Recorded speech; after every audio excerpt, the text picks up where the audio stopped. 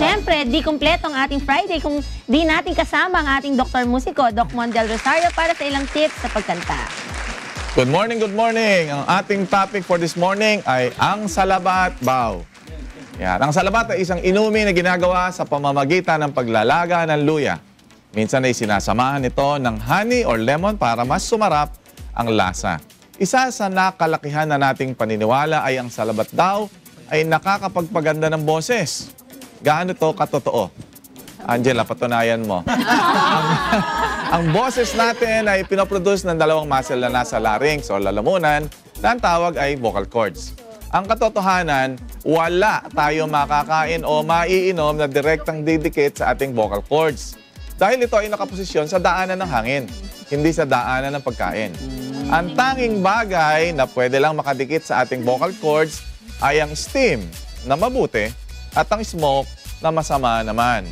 Ang mga inumin o pagkain na nakakaganda sa boses ay nakakatulong lamang pagkatapos ito ay kainin at matunaw at ang mga sustansya ay makapunta sa ating bloodstream. So, ang tanong, paano tayo makikinabang sa salabat? Ang salabat, unang-una ay walang caffeine. At kung sasamahan ng honey ay magandang inumin na nakaka-hydrate sa katawan at ang ganyan ay nakakabuti sa ating vocal cords.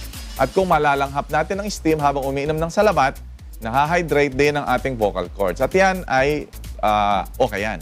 Katunayan, kung ikaw ay may sipon o baradong ilong, nakakaluwag sa nasal passages ang steam na nanggagaling sa mainit na salabat. Ang luya na nasa salabat ayon sa mga studies ay nakakaboost din ng immune system kaya mas madaling makarecover sa mga colds or trangkaso.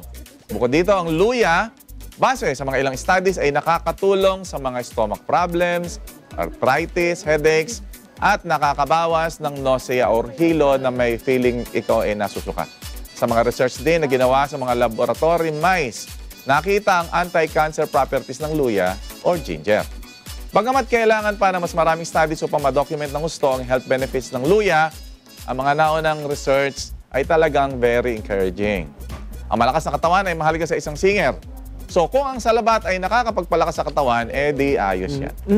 Gaano karami ang kailangan inumin sa salabat?